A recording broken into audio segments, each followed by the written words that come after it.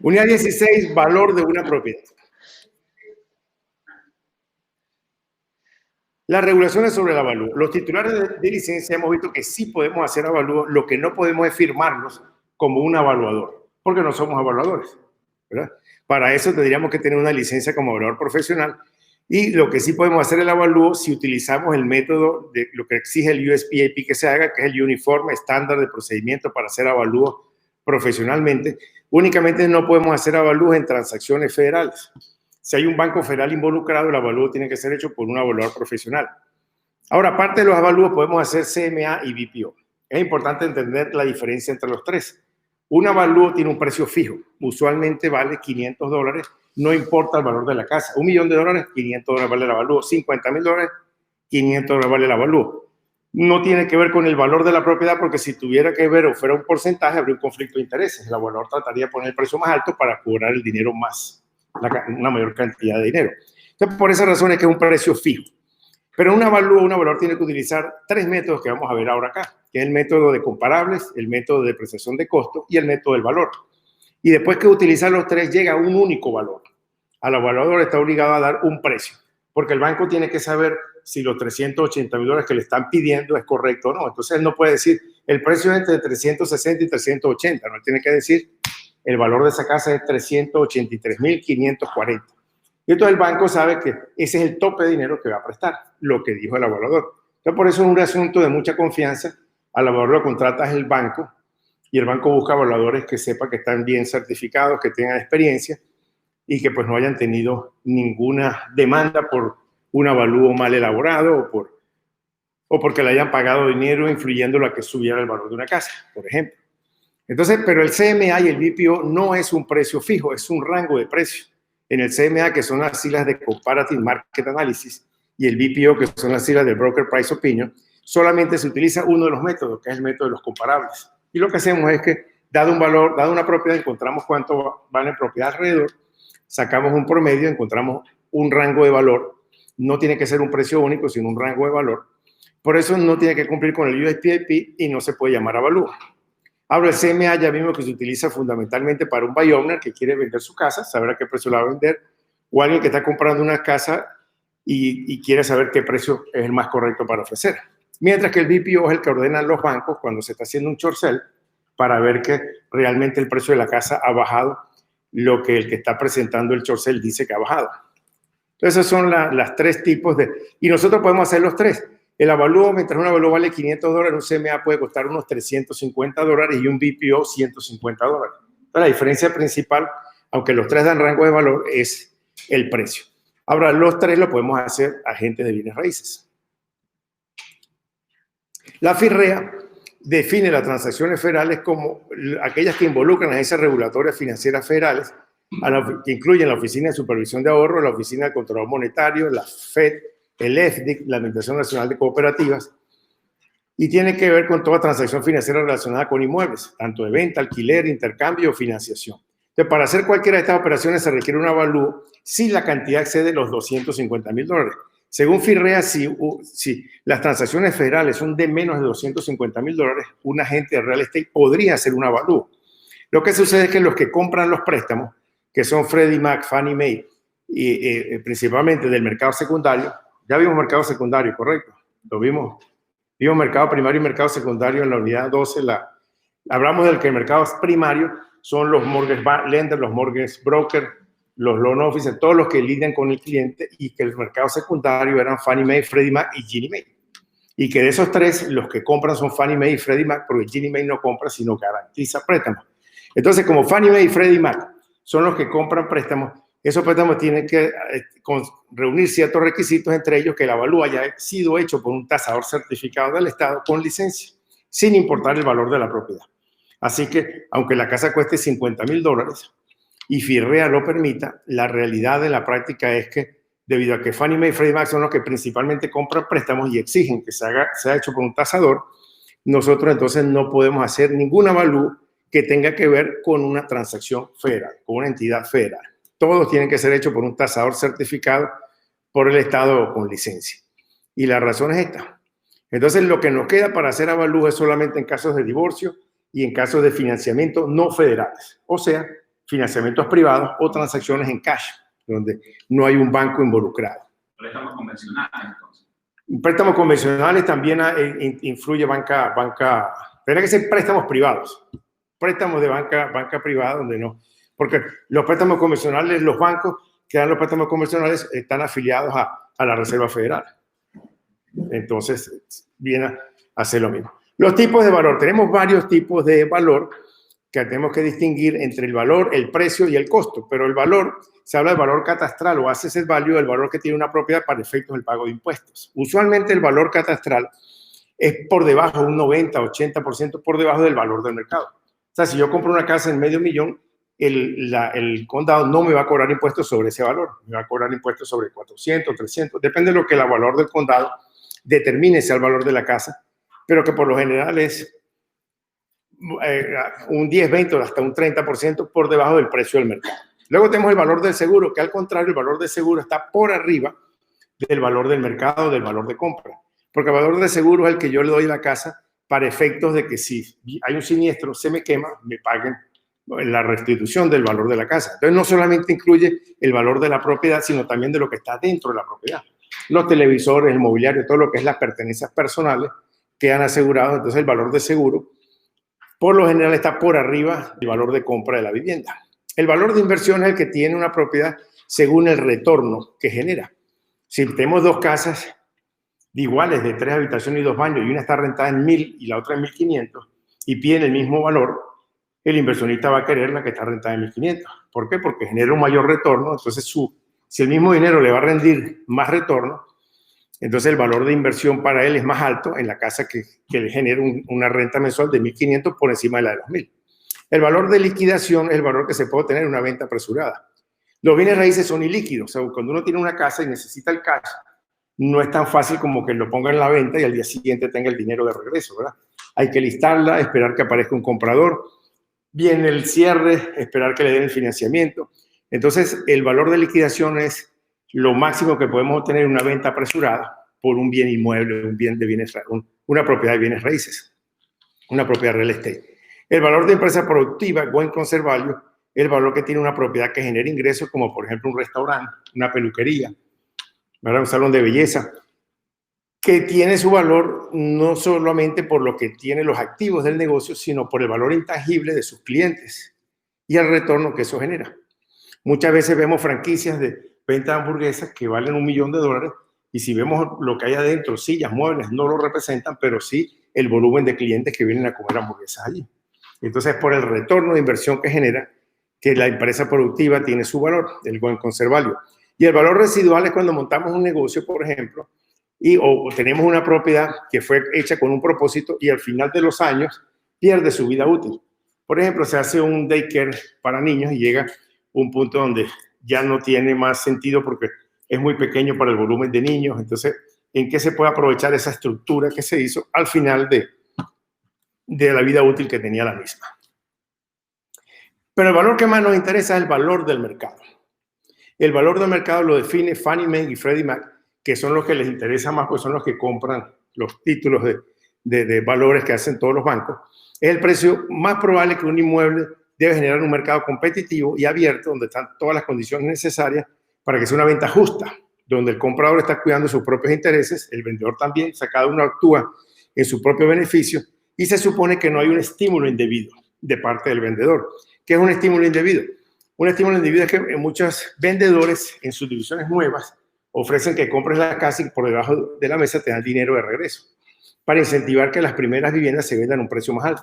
Entonces, si yo estoy haciendo 100 casas y vendo las primeras 10 a un precio más alto, todas las otras 90 me las van a comprar con el valor de referencia de las primeras 10. Entonces, un estímulo indebido es eso, que el developer diga, bueno, cómprame la casa en 350, que yo te devuelvo 50,000. Y eso ha pasado, pues en la Florida sucedía con apartamentos donde la gente lo compraba y entonces sucedía que hubo casos de gente que compraron 3 y luego no pagaron ni una sola cuota de los 3 apartamentos. Cogieron los $150,000 y se desaparecieron.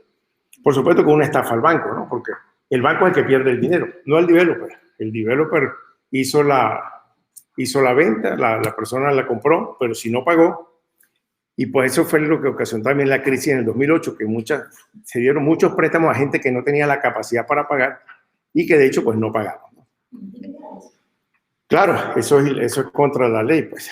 El valor del mercado, entonces, ¿qué se presume en un valor del mercado? Tiene una fecha específica, no es el mismo valor que tiene una propiedad hoy que la que tenía el año pasado, la que tendrá dentro de un año. El vendedor puede traspasar la escritura, o sea, la escritura del título tiene que ser vendible o transferible. Yo le he explicado que hay títulos que la manera en que se entregaron no se pueden vender. Por ejemplo, si yo hago una donación a una iglesia, puedo poner en la escritura que el pastor no la puede vender, es solamente para uso de la iglesia o para uso de un daycare.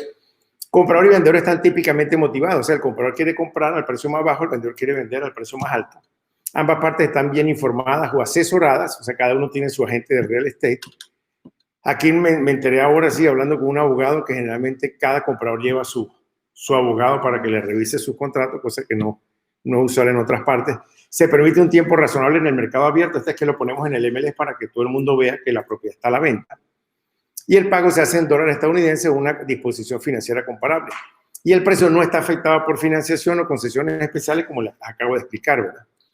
Esto de que se pone un tiempo razonable en el mercado abierto es porque cuando uno toma, por ejemplo, un listing de bajo valor, generalmente, pues procura que no dure mucho tiempo en el mercado abierto. ¿Por qué? Si yo veo un short sale y el banco me aprueba una casa que valía 300,000, me aprueba que la venda en 150,000, ¿para qué yo la voy a poner en el mercado abierto para que otro me ofrezca 180 cuando yo la puedo comprar en 150? Entonces, muchas veces lo que hacen los agentes real estate que toman un listing de short sale es que inmediatamente que toman el listing lo ponen bajo contrato. En Wisconsin está pasando que uno ve una casa listada hoy y al día siguiente aparece contingency, ya está en oferta pendiente. Entonces, cuando yo tenía situaciones así de esa naturaleza, que llegaba un listing muy bueno, pues a las 12 de la noche lo publicaba y a las 12 y un minuto bajo contrato. Entonces no estaba ni siquiera un minuto. La diferencia era un día, pero era en realidad un minuto entre el día anterior y el día de hoy que la casa estuvo publicada. Y bueno, es perfectamente legal. Si yo lo puse a vender y yo mismo conseguí el comprador, no hay nada de malo en que consiga el comprador uno mismo, ¿no? Como generalmente sucede en los short sales.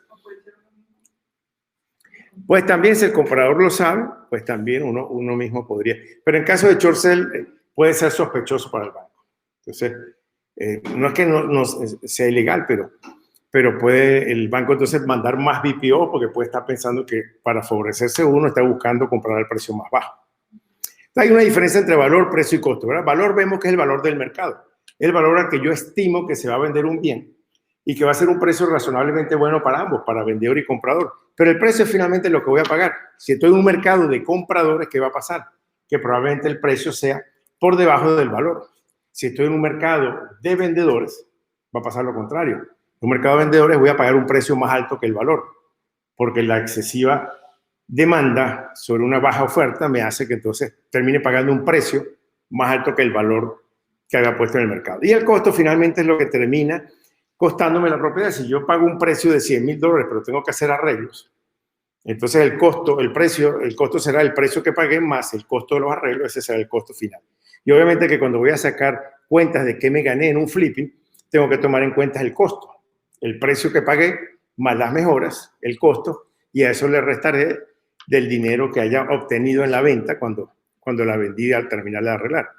Las características que demandan valor están aquí en este acróstico DUET, que viene de demanda, utilidad. La demanda se refiere, pues, que a más demanda sube el precio. ¿Qué le da valor a una propiedad? La demanda le da valor. La utilidad. Una propiedad que pueda servirme para residencial, comercial, entretenimiento, tiene más valor que una propiedad que tiene un uso más restringido. La escasez también me genera valor. Si yo tengo una propiedad que es la única licorería en la ciudad, entonces esa escasez de otras licorerías hace que la mía tenga un valor mayor.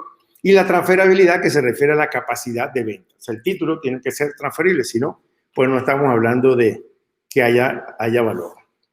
El mayor y mejor uso posible, o en inglés el highest and best use, es lo que va a determinar un evaluador que el precio más alto que puede tener una propiedad. Dada una tierra, por ejemplo, ¿qué es lo que yo puedo construir ahí que le dé mayor valor a esa tierra? ¿Qué puede hacerse en ella?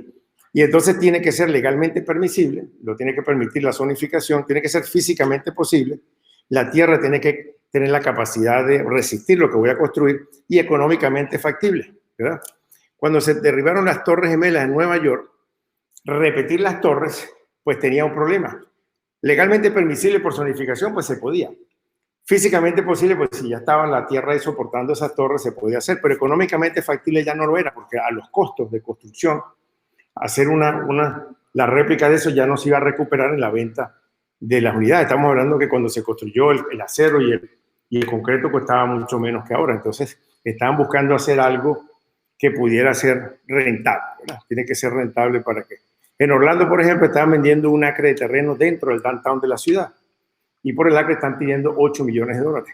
Para pagar un acre, por un solo acre de $8 millones, se necesita construir una torre de 30 pisos para que pueda haber la rentabilidad y obviamente el terreno tiene que soportar la carga de los 30 pisos y la ciudad tiene que permitir la zonificación porque hay ciudades donde te dicen el máximo aquí permitido son 12 pisos. Entonces, en ese caso, el terreno no podría tener un valor de 8 millones porque en 12 pisos no se recupera la inversión. Eso es lo que determina que un terreno, cuál es el mayor y mejor uso posible. Y un evaluador lo va a hacer determinando qué es lo mejor que se puede construir allí, considerando si el lote estuviera vacío, porque si hay algo construido allí, pues entonces hay que considerar si estuviera vacío, qué se podría hacer allí. En muchos casos es rentable demoler lo que existe, tumbar la casa y hacer un edificio de 3 pisos, y en otros casos se puede utilizar lo que está para mejorarlo, sacar el mayor y mejor uso. Entonces son las dos maneras, como si estuviera vacío o haciendo mejoras a lo existente. Pero en todo caso lo que se trata de determinar es recomendarle al cliente cuál es el mejor y mayor uso posible que puede tener un terreno o una propiedad. El principio de sustitución es un principio que considera que un inversionista prudente no va a pagar más por una propiedad de lo que le costaría hacer una nueva. Si me están vendiendo una casa en $1 millón y yo veo que al lado hay un terreno y puedo construir la misma casa nueva por el mismo valor, voy a preferir hacer la nueva que comprar la usada de $1 millón, ¿cierto? Entonces, ¿cómo se calcula eso? Pues yo tendría que determinar el costo de hacer la estructura nueva idéntica, le resto la depreciación, o sea, le resto el uso que tiene la otra, le sumo el valor de la tierra y ese valor es lo más alto que yo estaría dispuesto a pagar por la otra. O sea que lo que voy a hacer es un cálculo de cuánto me va a costar sustituir esa unidad por una nueva y haciendo los cálculos, ese sería el nivel superior de valor que estaría dispuesto a pagar, ¿verdad? Over improvement o mejoras excesivas es cuando un developer construye invirtiendo más dinero de lo que puede recuperar. Si una casa hay que arreglarle el techo y el techo al repararlo todavía lo puedo recuperar en la venta, eso no es un over improvement. Un over improvement es cuando yo invierto más dinero de lo que voy a poder recuperar en el momento de vender. Generalmente la gente que hace flipping ya desarrolla una práctica, muchos he conocido que ellos determinan una propiedad y calculan si se van a gastar $5,000, $10,000 o $15,000 en promedio. Pues no les interesa mucho el detalle, si son 14,500 o son 13,000, ellos calculan en base a esta propiedad necesita $5,000, 15,000, 10,000 o 15,000. Este fue un libro que compré recientemente, este libro es Estimando los costos de rehab. Y entonces es un libro interesante porque te dice, para pintura, más o menos cuánto se cuesta por hacer pintura exterior por pie cuadrado. En plomería, cuánto cuesta todo, tanto de labor como de materiales. Entonces, aire acondicionado, cubre todos los elementos que se necesitan hacer una casa y entonces ayuda a que si uno está haciendo un flipping, pueda más o menos determinar a priori cuál es el valor que le va a costar hacer y sobre todo para no hacer una mejora excesiva, no caer en el error de invertirle más de lo que pueda recuperar en la venta. Otros términos adicionales con los avalúos es el assemblage o ensamblaje. El assemblage es cuando combinamos dos propiedades en una y entonces logramos el plotage. El plotage es que al agruparlas el precio suba.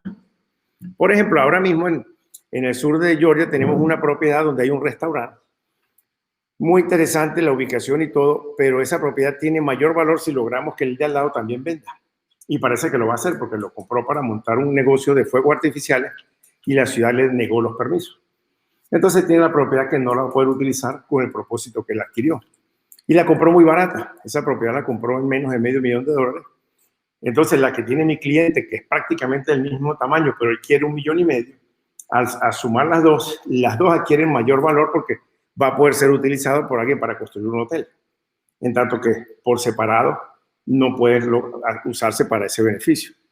Entonces, eso es lo que resulta el plotage, es cuando logramos que en una asamblea suba el valor. Se dan situaciones también propiedades de esquina. Una propiedad que está en la esquina, pero es muy pequeñita, no se puede hacer nada. Si se une a la otra, ya se puede construir un centro comercial o se puede hacer algo de mayor valor.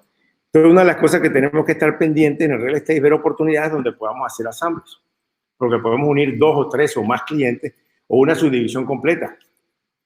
Tuvimos un caso de una subdivisión de muchos townhouses, viejitos ya todos los townhouses y la gente que vive en ellos también. Y entonces hablamos con todas para que los vendieran y le estábamos pagando un 30% por arriba del valor del mercado. Y prácticamente los teníamos convencidos a todos, menos 2 que dijeron, no, a mí me sacan con los pies para adelante, si no, no vendo.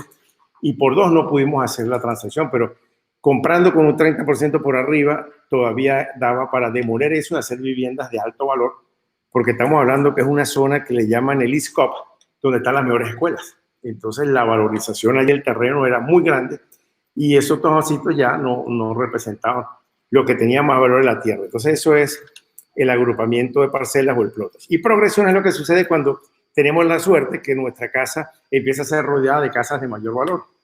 Eso le pasó también a un cliente mío. Tenía una casita que valía $130,000, pero resulta que en su misma cuadra hicieron 3 subdivisiones, una al lado de la otra, con propiedades de arriba del $1.000.000 cada una.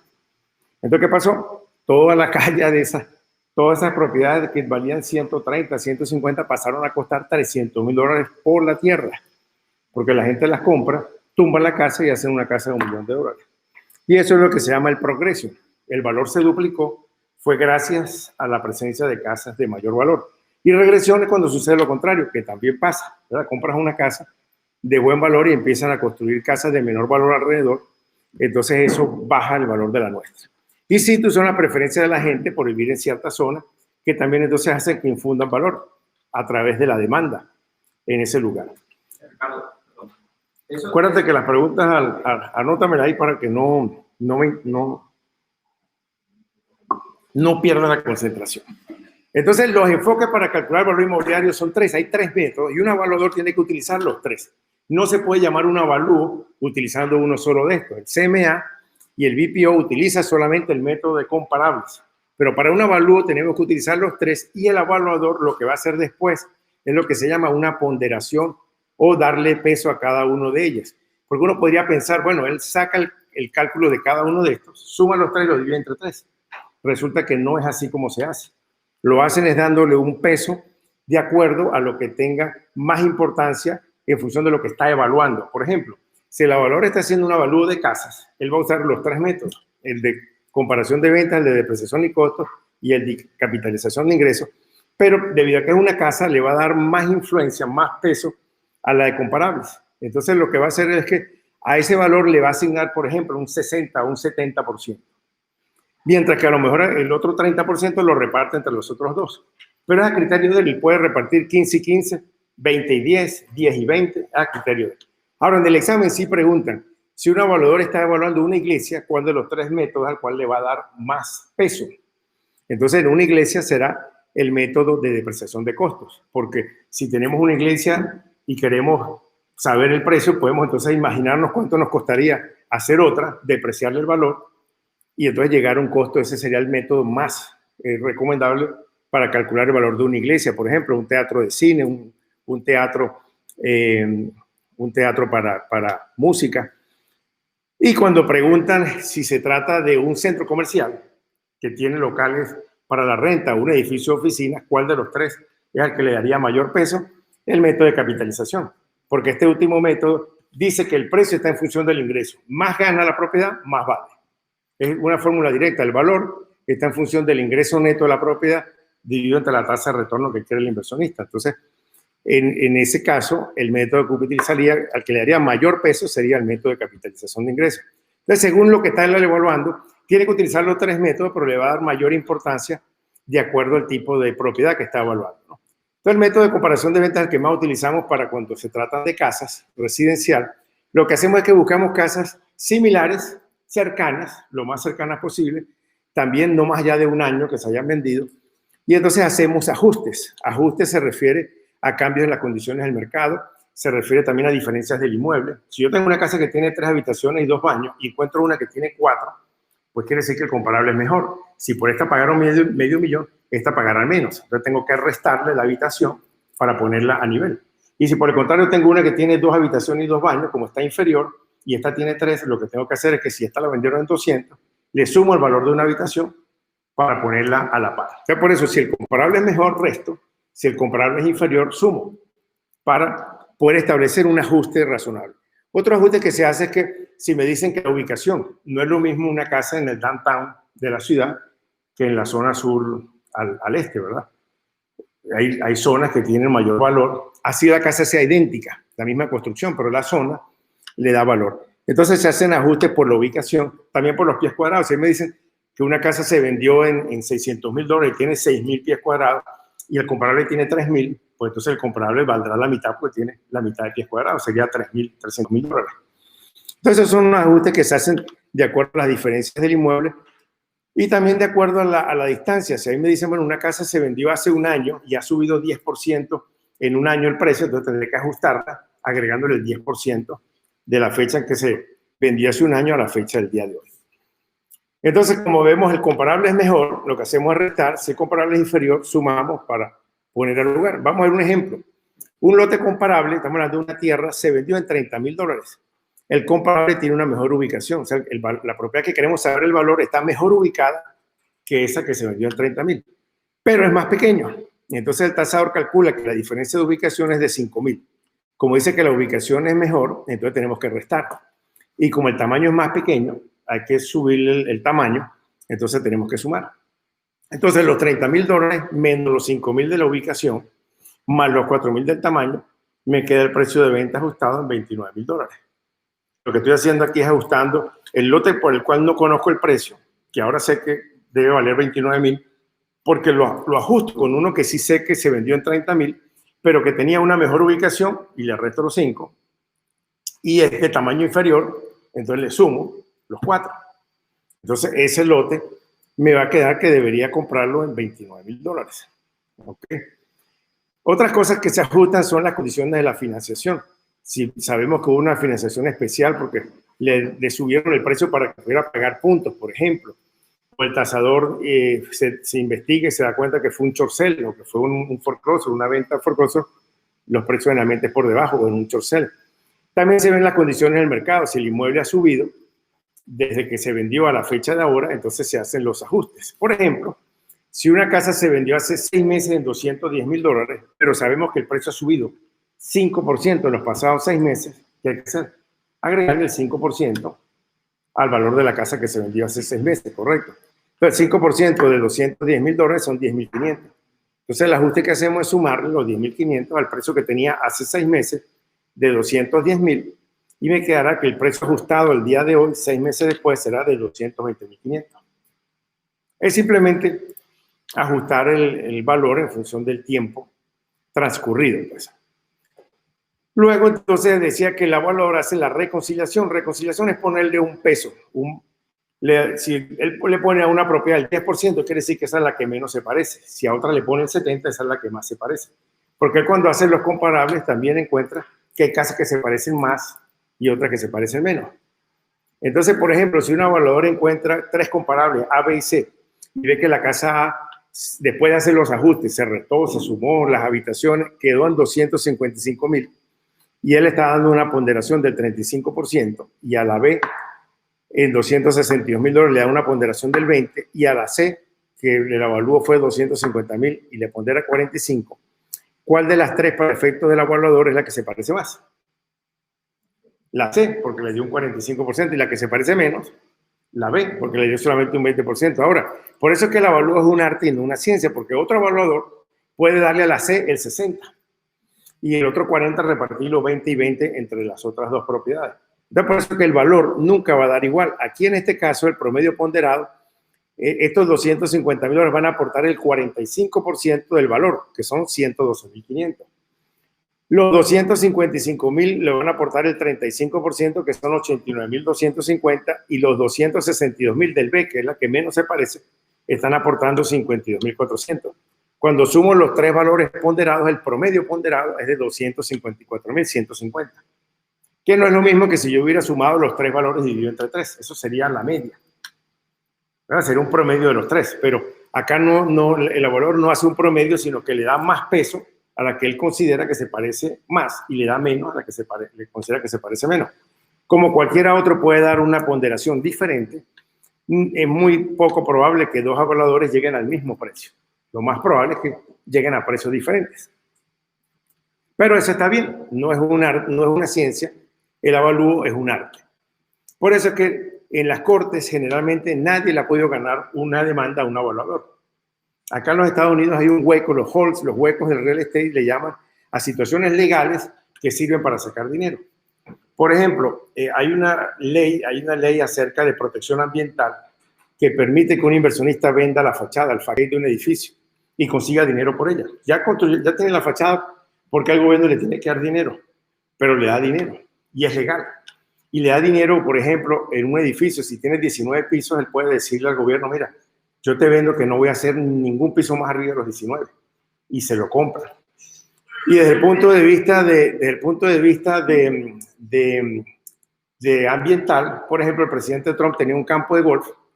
Entonces el campo de golf ya estaba en desuso, ya se había deteriorado. Pero entonces consiguió presentar un proyecto que si él ahí construía viviendas residenciales, edificios, etcétera, eso valdría billones de dólares. Entonces, cuando se lo presentan al IRS, le dicen, mira, esto valdría billones de dólares si yo lo desarrollara. Yo voy a declinar eso, nunca se va a utilizar para hacer este proyecto. Lo que se va a utilizar es para que unos pajaritos que vienen ahí coman. Entonces, se va a dejar como una reserva natural. Y por consiguiente, entonces, quiero beneficios fiscales. Entonces, le dan dólar por dólar en beneficios fiscales. Entonces, si el proyecto dice que vale 100 billones, le dan 100 billones en deducciones fiscales. Así yo conozco una gente que compraron un edificio en Jacksonville en $2 millones y consiguieron vender el facade, la fachada, porque está cerca de una zona histórica. Entonces, el edificio no es histórico, pero como está cerca, le dijeron a la ciudad, mira, este edificio se construyó en el año 55, un edificio emblemático. Yo puedo cambiar la fachada si yo quiero, pero para que no se cambie, cómprame la fachada y cómprame el espacio aéreo. Y se lo compraron en $2 millones, dólar por dólar. Entonces el edificio les costó 0. Y después yo conseguí un comprador que les pagó $3.700.000 por el edificio.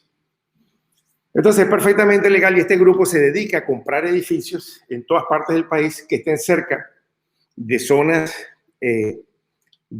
históricas, pero que no estén dentro de la zona histórica, y lo compran. Entonces conocen cómo. Ahora, el IRS se ha dado cuenta de eso, ha demandado a algunos diciendo, mira, usted abusó eso. Ese edificio no vale eso, esa fachada no vale eso. Pero no lo han ganado porque cuando van a la corte es la palabra del evaluador contra quién puede decir que no vale si el proyecto se hace. Si no se ha hecho, si no se hizo, es muy difícil que alguien diga, no, eso no lo vale. O sea, entonces, por eso contra un evaluador es muy difícil que tengan que puedan ganar en eso, ¿no? El libro, ahora les mando el nombre, el libro se llama The Book of on Statement, el libro de estimar los costos de rehab. Ahora les mando el nombre del libro y el título. Entonces, eso fue el primer método que vimos, el método de comparaciones. El segundo método es el método de costo de depreciación. Este método es el que más utiliza el principio de sustitución y esa vez es una pregunta en el examen. ¿Cuál de los tres métodos de avalúo es el que más utiliza el principio de sustitución? Y es el método de depreciación y costo. Los tres lo utilizan, pero este es el que principalmente lo usa porque en este método se trata de determinar el valor de una estructura ya existente, cuánto nos costaría hacer una réplica o una estructura sustitutiva, le restamos la depreciación, le sumamos la tierra y así tengo el valor límite superior más alto que podría pagar por ella. Entonces la fórmula de esto viene determinada por el costo de reproducción, le resto la depreciación, que son los años de uso que tenga, y le sumo el costo de la tierra y eso me va a dar el valor. ¿Por qué sumo el costo de la tierra aparte? Porque la tierra no se deprecia. Entonces, por eso, para efectos del valor, el costo de la tierra es el costo de la tierra sin depreciación. Lo que voy a depreciar es la estructura que exista allí. Pero hay dos maneras. Yo puedo hacer una reproducción exacta haciendo una réplica, una duplicación de la propiedad o una sustitución que me dé el mismo retorno. Por ejemplo, un hotel. Tengo un hotel de 5 pisos y 100 habitaciones. Hacer una réplica sería hacer un edificio de 100 habitaciones y 5 pisos. Pero puedo hacer una sustitución. El mismo hotel de 100 habitaciones, pero en 2 pisos. Entonces voy a tener el mismo ingreso porque tienen 100 habitaciones, pero voy a gastar menos porque en 2 pisos no voy a tener que poner elevadores, entonces voy a ahorrar en electricidad del edificio y en el costo de un elevador. Entonces son las dos maneras en que puedo estimar el costo, en una reproducción o en una sustitución. Y luego tengo que calcular el costo. Bueno, ¿cuánto me va a costar hacer el hotel? Hay 3 maneras. Una es el estudio de cantidad. Cantidad que yo me ponga a determinar cuánto gasto en materiales, mano de obra de hacer el hotel. En ese caso, pues tendría que tener una pormenorización detallada de horas hombre que se van a utilizar para hacer el hotel y de todos los materiales, madera, concreto, etcétera. Como eso es un poco difícil de determinar cuando ya el edificio está hecho, otro de los métodos utilizados es el de unidad en lugar. Unidad en lugar es lo mismo que cotizarlo por partidas. Y yo llamo a un contratista y le diga, mira, ¿cuánto cobra por hacer la fundación? ¿Cuánto me cobra por hacer el framing? ¿Cuánto vale la plomería? ¿Cuánto vale la electricidad? El techo. Entonces, sumando todas las partidas, llego al costo de la réplica o de la sustitución. Y el más utilizado es el de los pies cuadrados comparativos. Los evaluadores saben cuánto cuesta hacer un street mall, por ejemplo, un mall de estos de carretera. Eso lo que cuesta son $100 el pie cuadrado. Entonces, si tengo un shopping center que tiene 10.000 pies cuadrados, pues yo sé que la reproducción me va a costar 10.000 pies cuadrados por $100 el pie cuadrado, me va a costar $1.000.000. Entonces, si me están vendiendo un mall de esto con 10 locales comerciales que tiene 10.000 pies cuadrados, lo que voy a hacer es a ese $1.000.000 restarle la depreciación que tenga, el uso, y ese valor depreciado le sumo el valor de la tierra y tengo el valor máximo que podría pagar por ese street mall, por ese shopping center. Entonces lo mismo aplica pues para cualquier propiedad que se vaya a hacer, se utiliza cualquiera de estos, el estudio de cantidad, la unidad en lugar y los pies cuadrados comparativos. Aquí tenemos un ejemplo de pies cuadrados comparativos. Si me dicen que la estructura principal de una casa tiene 2.100 pies cuadrados y el valor de construcción es de $85, multiplicando los 2.100 por los $85 por pie cuadrado me da un costo de la casa de $178.500. Ahora, el garaje, como no lleva aire acondicionado, generalmente cuesta menos por pie cuadrado. 440 pies de garaje, pies cuadrados, a $55 por pie cuadrado me da $24.200 del garaje de la casa. Y el lanai, que se refiere a las áreas verdes, 200 pies cuadrados de lanai a $25 de la jardinería, las plantas, lo que vaya a poner, son $5.000. Entonces, sumando las 3 partidas, me da un costo de reproducción de la casa de $207.700. Ahora, esto es lo que me costaría hacerla nueva. Si la casa ya tiene 5 años de uso, lo que voy a hacer es restarle los años de uso para llegar al valor depreciado con el uso y finalmente sumarle el valor de la tierra. Depreciación es pérdida de valor por cualquier razón. Una deficiencia se llama curable si es de corrección. La corrección es costo efectivo, es decir, si yo puedo recuperarla en la venta. Si yo puedo hacer los arreglos y recuperarla en la venta. Tenemos que hay varios tipos de depreciación. La depreciación que es causada por el deterioro físico, esa es la depreciación debido a la inclemencia del tiempo, el agua, la lluvia, el sol, hace que las propiedades por fuera se deterioren. También la falta de mantenimiento, el mal uso o el uso inapropiado pues puede causar deterioro físico de una propiedad. La obsolescencia funcional tiene que ver con el uso que tenga la propiedad. Antiguamente se hacían casas que eran de tamaños muy reducidos, las habitaciones, las cocinas, no tenían walk-in closet, no tenían baños dentro de las habitaciones, pero hay muchas casas que tienen solamente una habitación y un baño, o 2 habitaciones y un solo baño, y las cocinas con espacio muy reducido, y hoy día la tendencia es cocinas con espacios abiertos, habitaciones más grandes con baño incluido y closet para caminar adentro. Entonces, debido a un mal diseño o a un diseño que ya es inoperativo por los gustos del día de hoy, eso causa una obsolescencia funcional. También una mejora excesiva hecha sobre una casa es una obsolescencia funcional. Pero si yo tengo una propiedad donde todo el vecindario son casas de 300.000 y le meto inversiones que me la llevan a $500.000, no lo voy a poder recuperar. Porque cuando venga un banco a hacer los comparables, va a decir, pues ahí todas valen 300. Entonces, si yo le metí 200.000 de más en lujos, accesorios y cosas que no voy a poder recuperar, eso también es una obsolescencia funcional. Y también pasa gente que le mete sobrevalor a una propiedad sin darse cuenta que la ubicación no le va a dar para retomar el valor. Pisos de granito y cosas de lujo, ¿no? Acabados de lujo. Y la obsolescencia externa tiene que ver con lo que pasa fuera de la propiedad. Si yo construyo un daycare en una zona que es residencial y luego la ciudad me cambia la zonificación industrial, entonces el daycare ya se hace obsoleto externo por lo que está pasando afuera. Ya no va a tener niños que vengan debido al cambio de la zonificación. Entonces, es pérdida de valor por lo que sucede afuera, que generalmente es un cambio de zonificación. Y la depreciación, pues hay dos métodos de calcularla.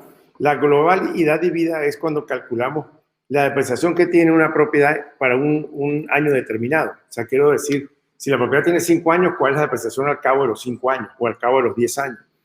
Pero generalmente es lo mismo que calcularla linealmente, año por año, y multiplicar por 5. Si yo calculo una depreciación, una vida útil de 50 años y la propiedad se me deprecia $10,000 por año y han pasado 5 años, pues multiplico 10,000 por 5 y me da una depreciación de $50,000 en los 5 años.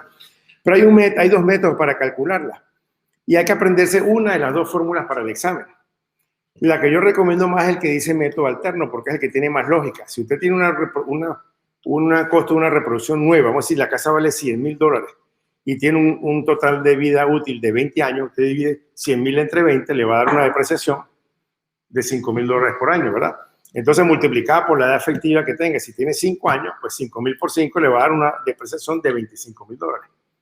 Entonces, la otra fórmula es lo mismo. Si usted tiene una edad efectiva de 5 años, lo divide entre el total de vida económica 20 y lo multiplica por el costo de la reproducción 100, le va a dar también los mismos $50,000. O sea, las dos fórmulas llevan al mismo resultado, solamente que hay que aprender una de las dos. El método alternativo es el que me parece más conveniente. Ahora, les voy a dar un ejemplo para que lo puedan... ¿Ah? En el libro no está, ¿verdad? La fórmula, ¿no? Sí, en el libro está. En el libro está el método alterno también, está que el costo de reproducción, el método de edad y vida, el costo de la reproducción nueva dividido entre el total de vida económica multiplicado por la edad efectiva, ese es el total de depreciación acumulada. El alterno no está ahí. Bueno,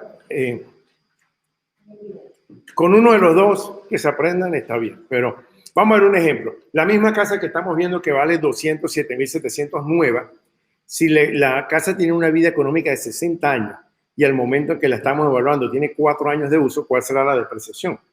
Entonces, en el primer método usamos 4 años dividido entre 60 multiplicado por 207,700 me da 13,847 como depreciación al cabo de 4 años.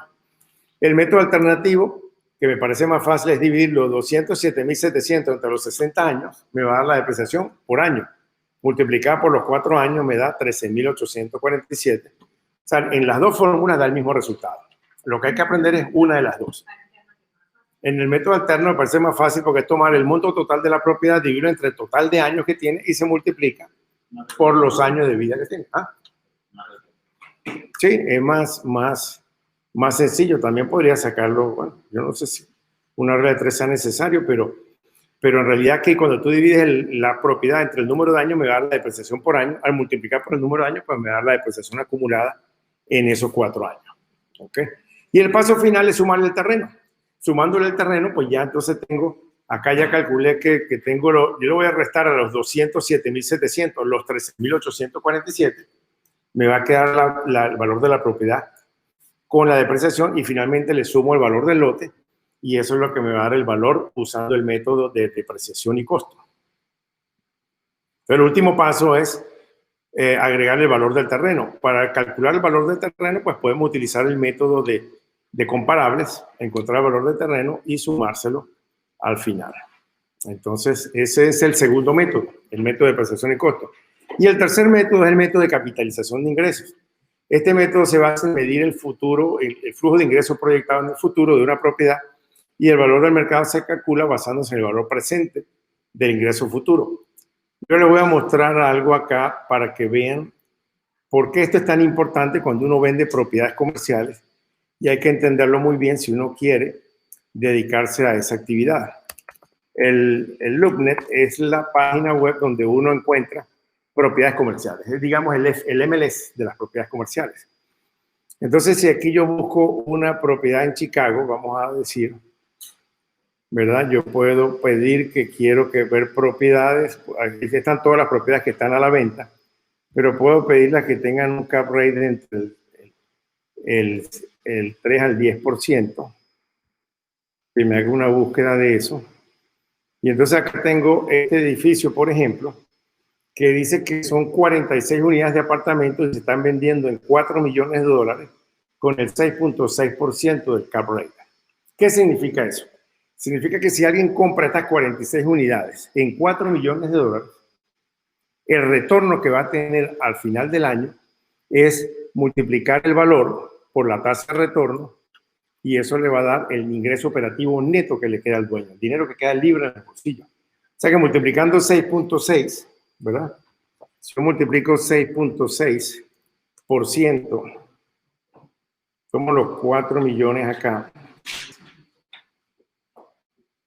4 millones, y lo multiplico por el 6.6%, eso me da $264,000. O sea que alguien que invierta 4 millones en ella va a recibir cada año $264,000 libres después de haber pagado taxes, después de haber pagado seguro, después de haber pagado todos los gastos de la propiedad. Son libres. Ahora, si se fijan, bueno, el retorno no es muy alto, pero si alguien tiene 4 millones en el banco, no le va a dar un retorno del 6%. 4 millones en el banco tal vez le da menos del 1%. Y eso si lo pone a largo plazo en un CD, en una... Entonces, una persona que haga esta inversión pues va a tener un retorno mayor. Ahora, siempre el retorno es el valor multiplicado multiplicado por el cap rate. Aquí tenemos otro ejemplo. Este es un edificio de 7 apartamentos a $1.600.000. Si yo multiplico 1.600.000 por el 7%, ¿verdad? Entonces ahí tenemos 1.600.000 multiplicado por el 7%, me da $112,000. Yo invierto esto, entonces voy a tener $112,000 todos los años. Entonces, imagínense si yo tengo una propiedad que vale $500,000 y la tasa de retorno es el 10%. Multiplico $500,000 por el 10% de retorno, ¿cuánto me da? $50,000. Quiere decir que yo voy a recibir $50,000 todos los años, o lo que es lo mismo, que en 10 años ya la propiedad está pagada.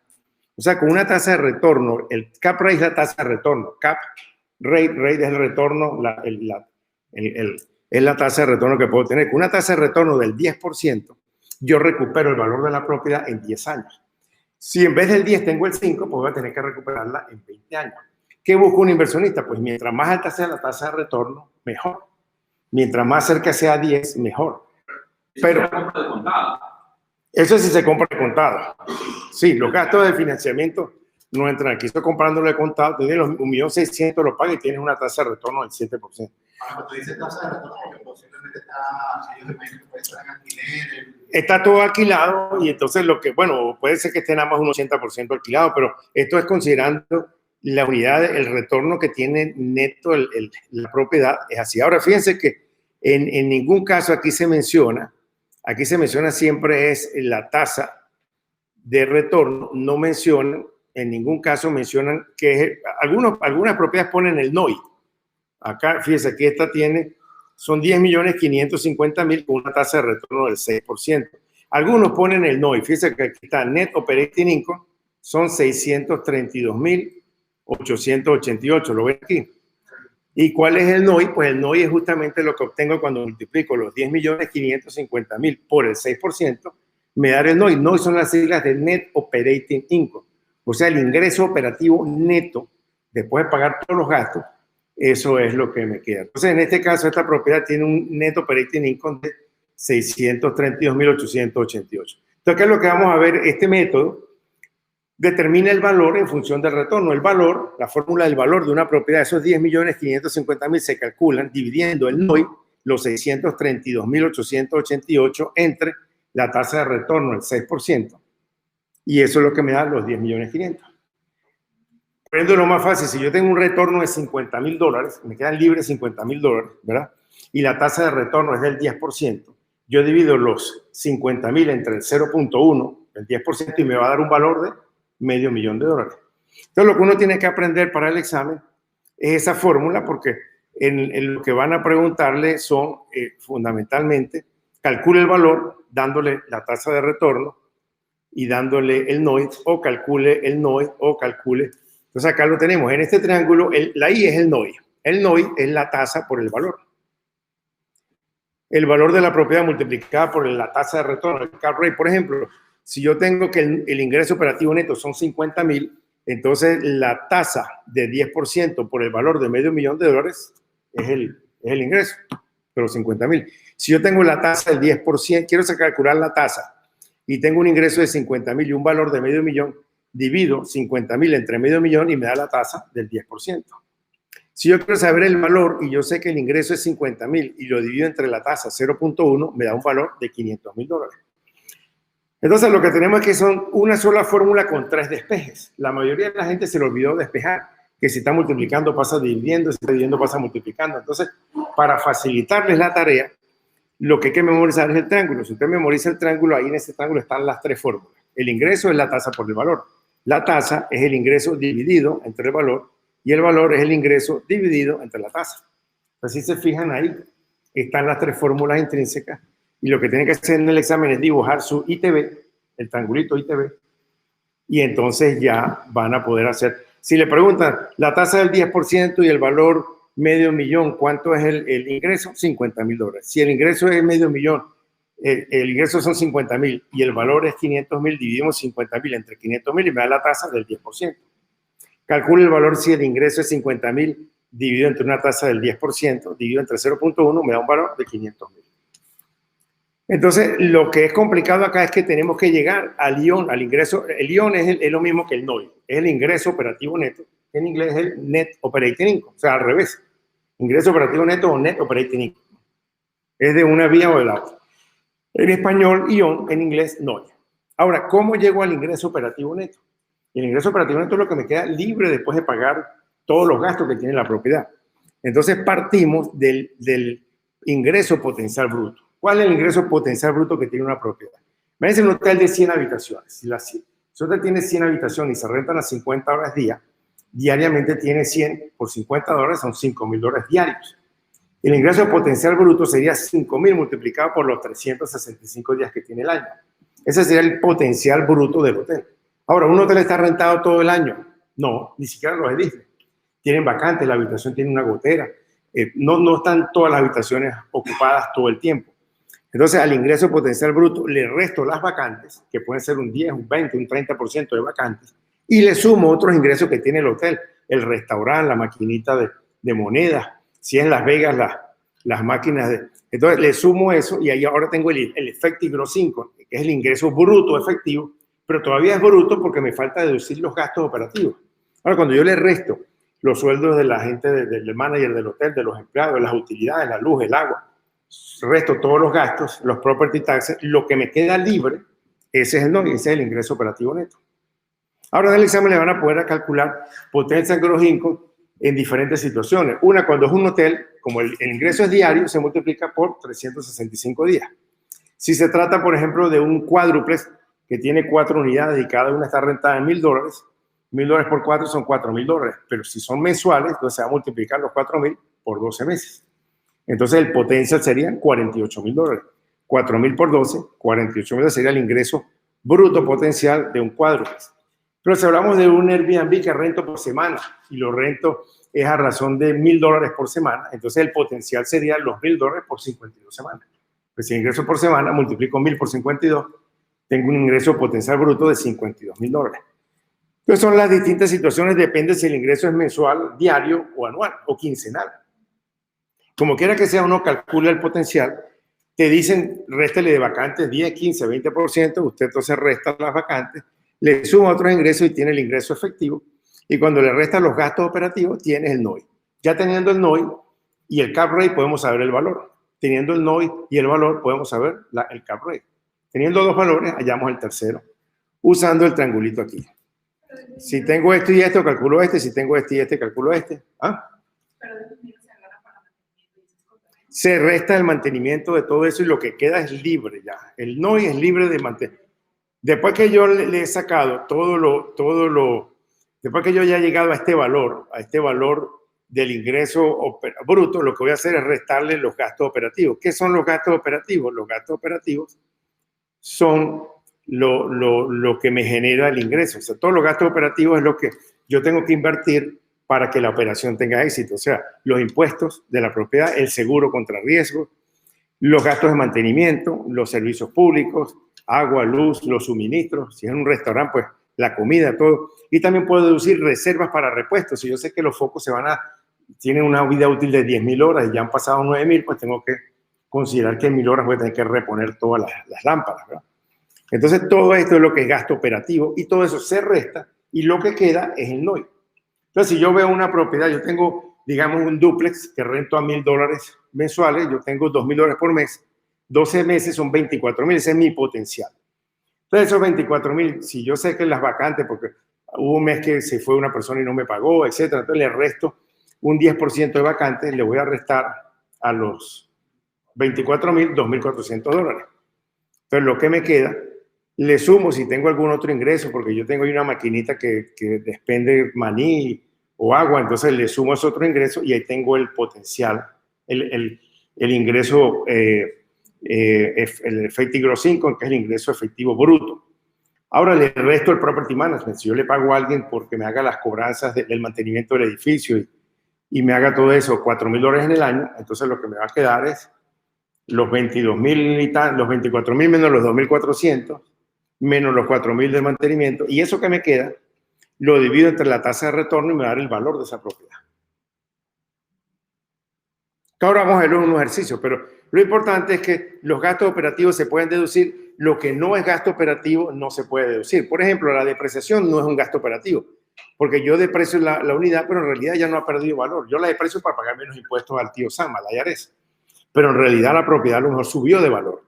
Pero la depreciación, como vamos a ver ahora más adelante, si yo digo que la deprecio $10.000 cada año, pues son $10.000 sobre los cuales dejo de pagar impuestos, pero la propiedad no lo utilizo para el cálculo del valor de la propiedad, porque en realidad la propiedad no ha perdido ese valor.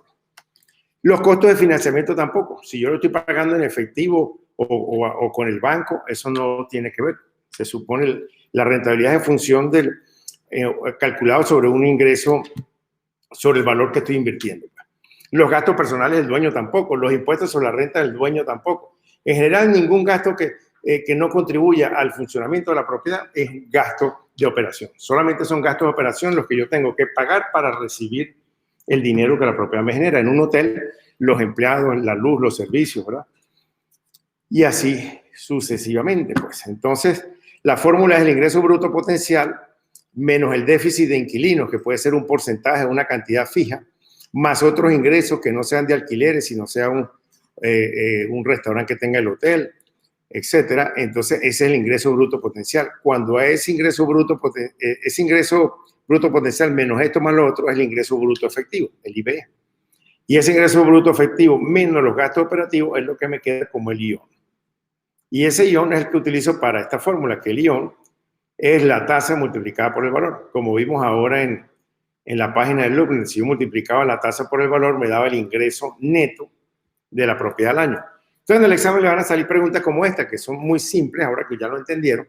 ¿Cuál es el valor de una propiedad si tiene un ingreso operativo de $60.000, eso al año, gana $60.000 al año, y la tasa de retorno es del 10%? Pues yo divido los 60.000 entre 0.1, el 10%, y me da que el valor es 600.000. En otras palabras, pues en 10 años la recupero. Yo cada año estoy recogiendo 60.000, en 10 años he recogido los 600.000 que me costó. Eso es lo que significa una tasa de retorno del 10%. Pero la fórmula del valor es así. Es el ingreso neto, que son los 60.000, lo que le queda libre al dueño, dividido entre la tasa de retorno esperada, el valor es de 600.000. Si esto bajara al 5, ¿qué pasaría? El valor se duplicaría. Si yo en vez de tener un retorno del 10, tengo un retorno del 5, el valor va a ser 1.200.000. Saca la cuenta, 60.000 dividido entre el 5%, el valor es 12 por 5, 60. O sea, serían, en vez de 600.000, me estaría costando 1.200.000. Todavía, bueno, depende. Hay muchos inversionistas que compran con un 5% de cap rate, porque 5% es mejor que 0% en el banco. Ahora, ¿lo voy a recuperar en 20 años? Bueno, sí.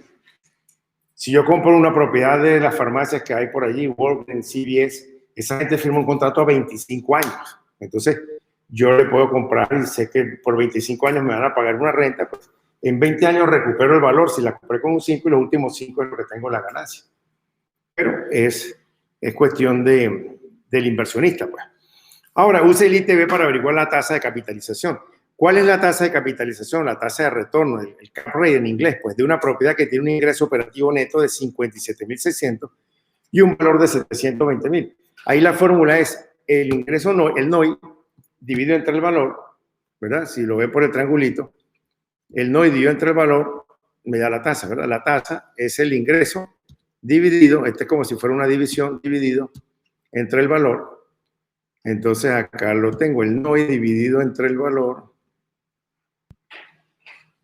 El NOI 57.600 dividido entre 720.000 el valor me da 0.08, que quiere decir que tengo una tasa de capitalización del 8%. Esa es la tasa de retorno. Otro ejercicio más, la tasa de calcula el ION, y entonces el ION, la fórmula es el valor multiplicado por la tasa de capitalización. Ahí lo vimos en el triangulito. Si ya lo vieron, el ION es la tasa por el valor, T por B. ION es T por B. Entonces, ¿cómo calculamos el ION? Multiplicando la tasa, que es 12, por el valor, 1.200.000. La tasa de capitalización al retorno es 12% de 1.200.000, son $144.000. En otras palabras, anualmente le va a quedar un ingreso operativo neto líquido en el bolsillo de $144.000 con una tasa de retorno del 12% y un valor de la propiedad de 1.200.000. Ahora, cuando dice que el retorno son 144, lo multiplican por 10 años, por supuesto, lo recuperaría, pero no queda la inversión. Claro, claro, queda ahí, claro. La propiedad sigue ahí, claro. Ya quedó pagada la propiedad. Exactamente. Entonces, está claro eso. Lo que hay que hacer es aprenderse esto. Aprender la formulita del ITV del triángulo, porque es muy simple. En el examen te van a dar dos y vas a calcular una. O te piden el ingreso, es la tasa por B. Te piden la tasa, es el ingreso entre el valor. O te piden el valor, es el ingreso entre la tasa. O se memorizan las tres, o se memorizan el triángulo para efecto de la fórmula, es lo mismo. Cualquiera de las dos. Otra fórmula que se utiliza para determinar el valor son los multiplicadores brutos. Un multiplicador bruto es un factor que multiplicado por la renta te da el precio más probable a pagar por una propiedad. Si yo te digo, mira, aquí en el downtown de la ciudad el factor es de 100, el factor de renta de la zona es 100 y la propiedad está rentada en $2.000, lo que estoy diciendo es que si multiplicas la renta por ese factor te va a dar el precio de la propiedad. Entonces, si la renta es 2.000, multiplico por 100, la propiedad vale 200.000. Si la renta es 3.000, multiplico 3.000 por 100, entonces la propiedad valdría 300.000. Más alta es la renta, con el mismo factor, más valor tiene la propiedad. ¿Y de qué depende el factor? El factor es un promedio que saco en cuanto fueron la relación entre la venta y la renta de la propiedad. Si yo saco un promedio, veo, oye, ¿cuánto saco? Busco en los comparables, cuánto se vendieron las casas cada una y en cuánto están rentadas, y divido. Entonces saco ese factor. Entonces acá van a ver cómo se calcula. Si yo tengo una casa que se vendió en 120.400 y está rentada en 1.225 mensualmente, divido el precio de la venta entre el alquiler mensual y me da el factor 98.29. Tengo otro comparable, se vendió en $126.000 y el alquiler mensual es 1.275. El dividir me da un factor de 98.82. Y la tercera, $132.000 y está rentada en 1.350, el factor es 97.78. Para sacar el factor de la zona, lo que hago es sumar las tres, dividir entre 3 y me da el factor promedio del mercado. El factor promedio de ese mercado es 98.3.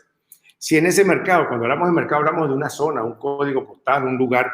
Pero si ahí en Rosemont, por ejemplo, encuentro una propiedad que está rentada en $1.200, el precio que yo debería pagar por ella es multiplicar los 1.200 por el factor, los 98.3, y me da que el valor del mercado de esa propiedad sería $117.960. Entonces, ¿cómo llego a este factor? Bueno, lo que hago es, me voy a los comparables, cuánto se vendió, cuánto está rentado, cuánto se vendió, cuánto está rentado, hago las divisiones, sumo los tres parciales, generalmente se utilizan 3 para sacar un factor, y entonces ya ese factor, al dividirlo entre 3, este factor me va a servir para que cuando lo multiplique por la renta, me va a dar el valor de la propiedad. ¿Qué le pueden preguntar en el examen? Le pueden decir, hay 3 comparables y se vendieron en esto, esto, esto y esto, y se rentaron en esto, esto y esto. Calcule el MAB. Entonces lo que tengo que hacer es dividir parcialmente cada uno, sumar los 3, dividir entre 3 y llegar y decir el factor de mercado ahí en 98.3. Lo otro que pueden preguntar es que le digan si en un mercado en particular el factor del mercado es 98.3 y la casa está rentada en 1.200, ¿cuánto vale la casa? Pues multiplica 1.200 por el factor y le da el valor de la casa. Estas son las dos preguntas que pueden hacer. O encuentre el valor del mercado, dado que le van a dar el precio de renta y el factor, o encuentre el factor dado que le dan el precio de venta y el alquiler mensual. Entonces, dividiendo el precio de venta entre alquileres mensuales, le da el factor. Puede ser que le pongan el examen 2 o 3, y lo que hay que hacer es calcular cada uno de ellos, sumarlo y dividirlo entre 3. Ahora, eso es el MAB que tiene que ver con el alquiler. La A es que es el alquiler mensual. El MIB es lo mismo, pero en vez de utilizar el alquiler mensual, utiliza el ingreso bruto anual, el ingreso anual. Entonces, ¿cuál sería el ingreso de esta propiedad? 1.225 por 12 meses es el ingreso anual. Entonces, acá, en vez de dividir entre 1.225, dividiríamos entre 1.225 multiplicado por los 12 meses, que es el ingreso anual, y el factor me da más chiquitico. En vez de 98, me da 9.8, 9 algo. El factor va a ser más chico, pero es lo mismo, es un factor que, si yo lo multiplico luego por una propiedad que el ingreso al año son $12,000, me va a dar el valor de venta de $120,000, algo así. O sea, si yo tengo un factor de 10 con un ingreso de $12,000 por año, 12,000 por 10 me da $120,000. ¿Me explico? O sea, es simplemente un factor para determinar el valor. Finalmente, entonces, los CMAs son lo que utilizamos para ayudar a comprador o vendedor a tomar decisiones en la compra de una casa. No es una tasación, no se considera un avalúo. En un CMA se utilizan propiedades que se vendieron los 12 meses anteriores, que están actualmente a la venta en el mercado y que se vencieron también, o sea, que estuvieron a la venta en los 12 meses anteriores y no se pudieron vender. En un avalúo únicamente se utiliza lo que fue vendido, nada más. Los otros dos no se utilizan en un avalúo, mientras que en un CMA sí utilizamos lo que está a la venta ahorita en el mercado, lo que estuvo y no se vendió. Hay una diferencia también entre un CMA y un avalúo. Ahora sí.